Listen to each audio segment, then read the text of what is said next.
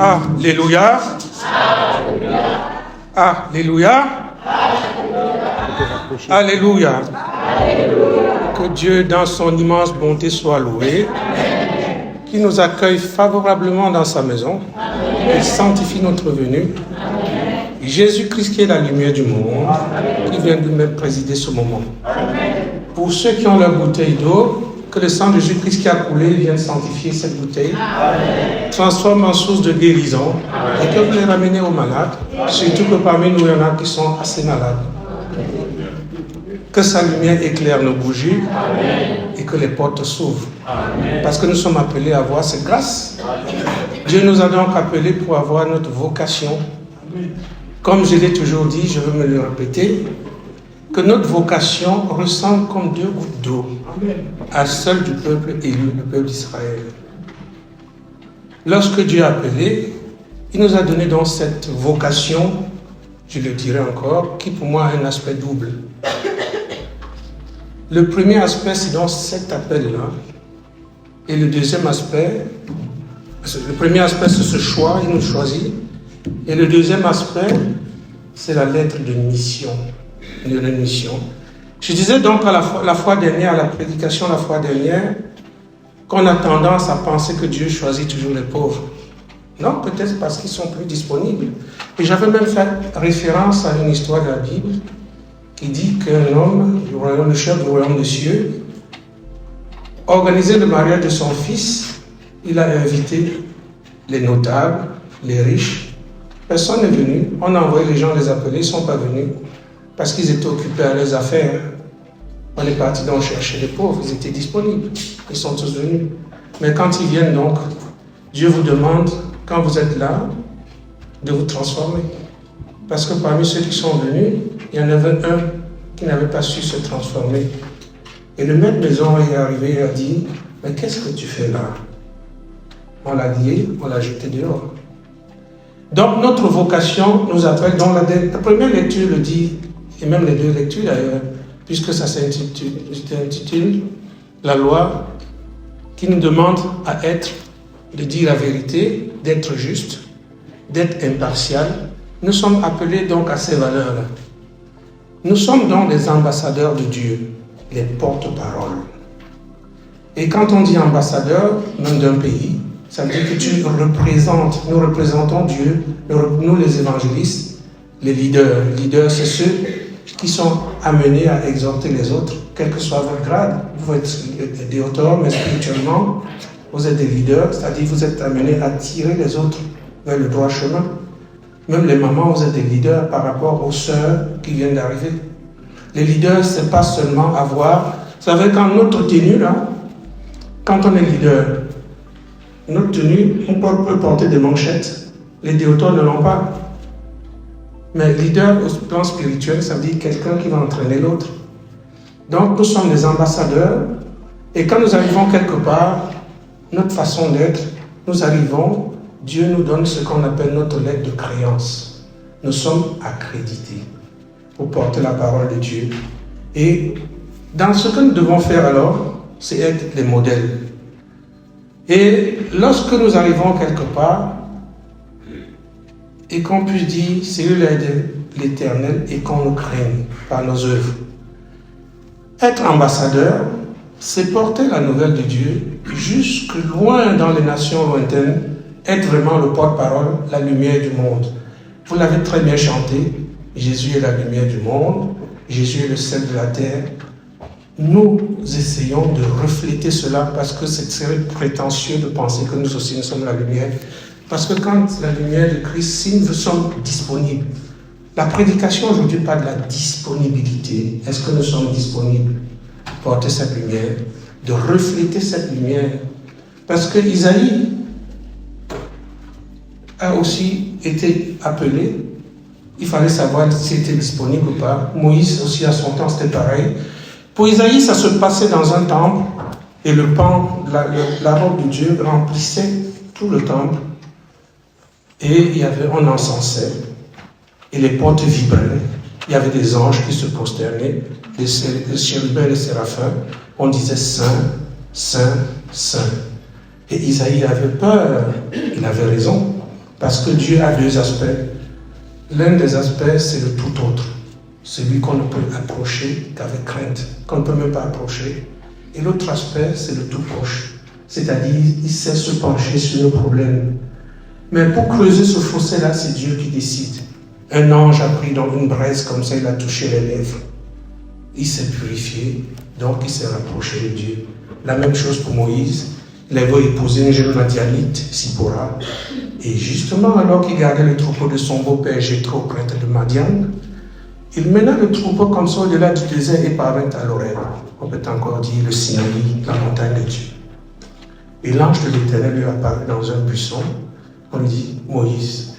Il fit un détour pour voir ce qui se passait. On lui dit, Moïse, n'approche pas d'ici, parce que le lieu que frôlent tes pieds est une terre sainte. Alors il s'est voilé le visage comme ça, parce qu'il a craigné de porter son regard sur Dieu. On lui a dit, ne crains pas. Donc Dieu lui a donné l'autorisation. C'est ainsi qu'il a pu avoir aussi sa vocation. Et nous aussi, nous avons notre vocation. Quand Dieu choisit, ce n'est pas parce qu'il fait la combine, ce n'est pas parce qu'il préfère, c'est parce qu'il choisit et il confie une mission, il montre des signes. À Moïse aussi, il avait donné des signes. À nous aussi, on a nos révélations, on a notre lettre de mission, et Dieu donne à qui il veut, comme il peut, comme il aime, parce que ses pensées ne sont pas comme nos pensées. Voilà. Donc ça fait que nous, dans la maison de Dieu, nous devrons être réceptifs et comprendre nos vocations, et puis savoir que ce que nous faisons, la lecture d'aujourd'hui parle de notre comportement, la semence. Qu'est-ce que nous semons? Comme deux personnes, une personne qui construit sur du sable. Comme ça, tu construis tes œuvres. Et quand il va pleuvoir, le vent va souffler. Nous, quand on était gamins, on était protestants. On faisait ce qu'on appelle le récit de Noël. On avait des passages comme ça. Et à l'époque, le suprême Joseph Meffray, nous étions déjà jumeaux. Et lors de son récit, il faisait des chants. Et cette chanson, c'était « Le fou sur le sable a bâti sa maison. Le fou sur le sable a bâti sa maison. Le vent souffle et la pluie tombe.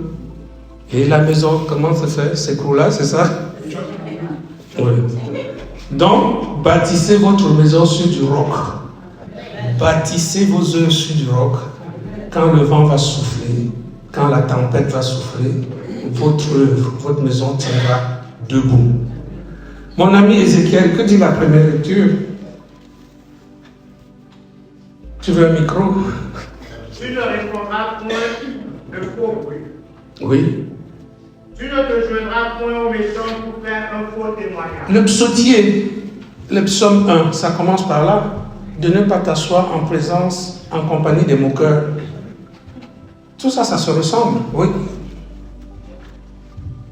Tu ne suivras point la multitude pour faire le mal. Oui, parce que dans notre choix, depuis que nous sommes fidèles, on a eu des exhortations, on est assez instruit pour savoir qu'on ne doit pas les suivre. Oui.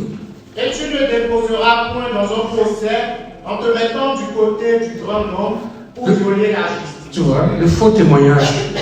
Il faut être juste, oui.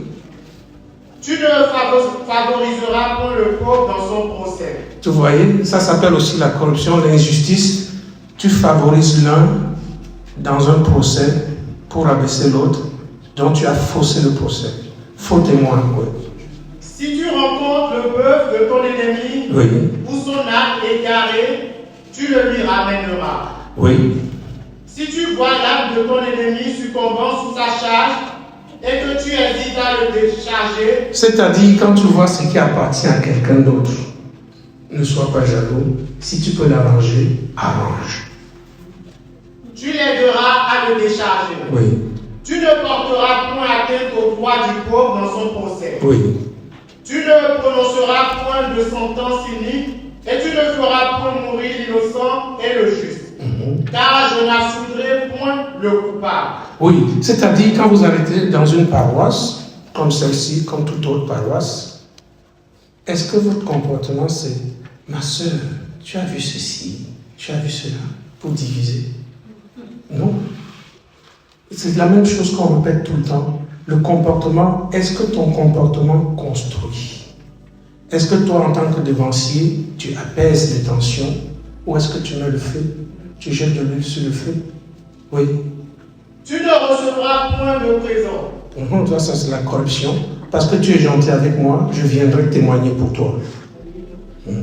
Car les présents aveuglent ceux qui ont les yeux ouverts et corrompent les paroles des justes. Voilà.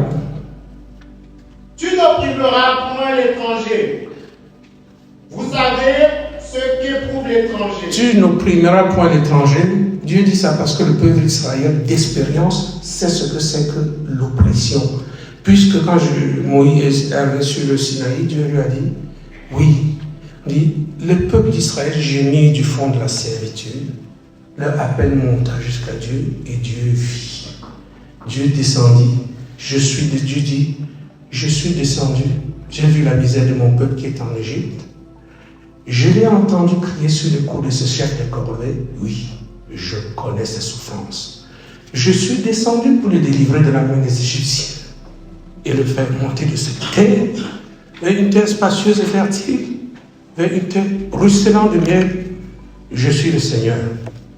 Et Moïse, lors de sa vocation, avait peur. Il a donc dit, Dieu lui dit, Moïse prit le bâton de Dieu et Dieu lui dit, en t'en allant pour retourner en Égypte, considère tous les prodiges que j'ai mis dans ta main, tu les feras devant Dieu, devant Pharaon. Car vous avez été étrangers dans le pays d'Égypte. Vous avez étrangers dans le pays d'Égypte, j'ai vu l'oppression qui s'appuyait sur votre dos. C'est tout. Oui, et donc Dieu veut par là dire que d'expérience, toi le peuple d'Israël, toi qui as vu comment le peuple a souffert, comment tu as souffert, comment peux-tu opprimer le mercenaire qui est dans ta maison? Le mercenaire, ça veut dire ton ouvrier, l'étranger. Si tu dois quelque chose, il faut payer son salaire. Et la deuxième lecture dit quoi alors? Ce qui était dès le commencement, ce que nous avons entendu, ce que nous avons vu de nos yeux, ce que nous avons contemplé et que nos mains ont touché concernant la parole de vie, car la vie a été manifestée et nous l'avons vue. Tu sais, quand le lecteur lisait ça tout à l'heure, bon, allons d'abord dans Jacques 3, on reviendra après.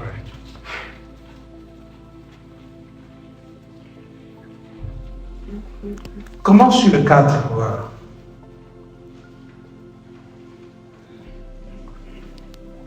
Jacques 3, verset 4. Voici. Même les navires qui sont si grands. Oui, vous savez, lorsque vous allez dans un site, il y a des tigres, il y a des lions, on peut les dompter. On peut lui dire assieds-toi, lève-toi. Et par contre, nous avons un organe qui est tout petit, mais qu'on n'arrive pas à dompter. C'est la langue. Oui. Et que tous les vents impétueux sont dirigés par des très petits gouvernements.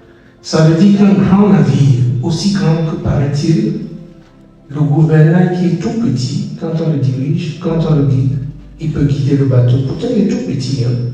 C'est comme notre langue qui est toute petite, mais qui nous dirige quand on ne sait pas dompter. Oui. Au gré du pilote. Tu veux un micro? Non. Et pourquoi tu ne parles pas fort? Même la langue est un petit membre et elle se vend de grandes choses. Voici, comme un petit feu peut embrasser une grande forêt. Vous savez, quand vous arrivez dans une forêt, vous fumez, vous jetez un petit mégot, un tout petit mégot, ça peut brûler des hectares. C'est ce qui se passe en Australie. Oui.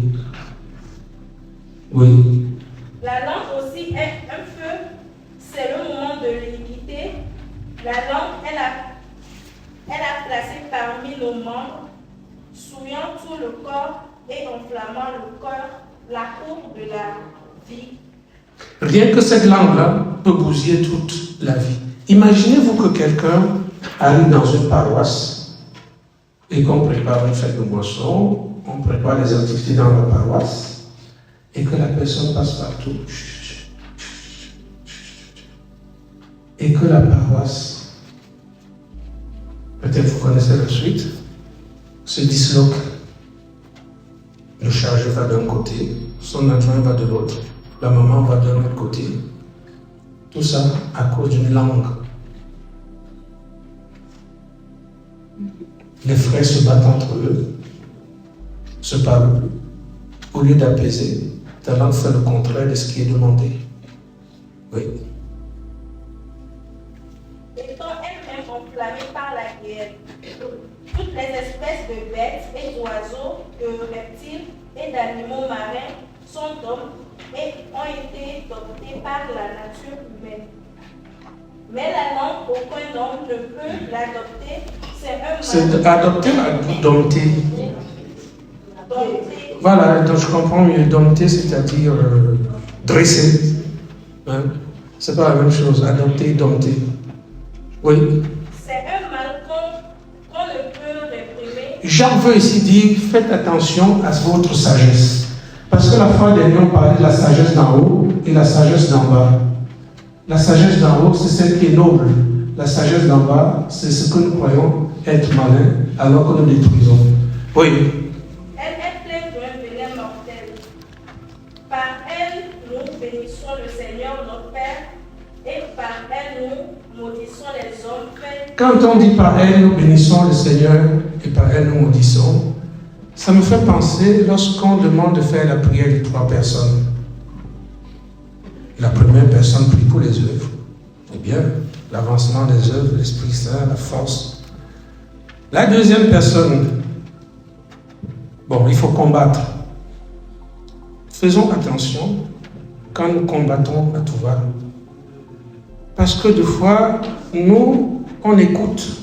Et on se dit, mais la personne qui dit ça, qui combat comme ça, demande de maudire, de tuer, de faire ceci, demandant cela à Dieu, hein, qui est un Dieu de la vie. Est-ce que cette personne n'est pas en train de prier contre elle-même? C'est comme ça que, après la prière, parce que utiliser la même langue pour maudire et pour bénir, tu as combattu, tu as demandé que ton prochain soit tué, et en même temps, tu demandes la bénédiction, la grâce pour toi. C'est pour cela que nous, les papas, quand nous prenons la 3e prière, on fait vraiment une prière de bénédiction pour que Dieu comprenne que nous sommes des ignorants et qui ne tiennent pas compte de ça. Et nous demandons l'ouverture des chemins, l'ouverture des portes, et que sa lumière continue à nous guider, à éclairer nos chemins, et que ce soit ça le mot, le dernier mot. Et c'est ça qui nous appelle à peser. Nous passons peut-être à la 2e lecture alors. Ce qui était dès le commencement. Oui. Ce que nous avons entendu. Quand le lecteur disait ça tout à l'heure, je me disais, mais peut-être ce sont des gens qui ont connu au chauffard, qui ont connu le début de l'Église, qui nous parlent et font des témoignages. Et que ces témoignages-là puissent nous éclairer et nous fortifier dans l'œuvre. Oui. Ce que nous avons vu de nos yeux. Tout ce qu'on a vu faire au chauffard. Ce que nous avons contemplé. Ce qu'on a vu, les guérisons. Et que nos mains ont touché. Les apôtres pouvaient le dire à l'époque, hein, ils ont vu ce qu'a fait Jésus. Dieu s'est fait homme sur terre. Ils ont vu son œuvre. Oui. Concernant la parole de vie. Oui. Car la vie a été manifestée. Oui. Et nous l'avons vue. Et nous lui rendons témoignage. Oui.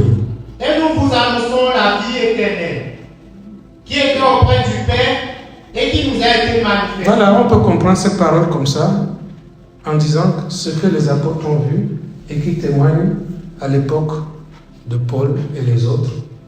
Croyez en ce qu'on a vu. D'autres ne l'ont pas vu, hein, parce que le Messie a été annoncé depuis les temps anciens. Ils ont attendu, ils sont morts. Mais nous autres, nous l'avons vécu et nous témoignons. Ochofa a fait ceci, il a fait cela. C'est pourquoi j'affectionne beaucoup les témoignages, pour que ça puisse renforcer la foi et puis se dire, cette église est vraiment une église venue de Dieu. Oui. Ce que nous avons vu et entendu, nous vous l'annonçons à vous aussi, afin que vous aussi vous soyez en communion avec nous.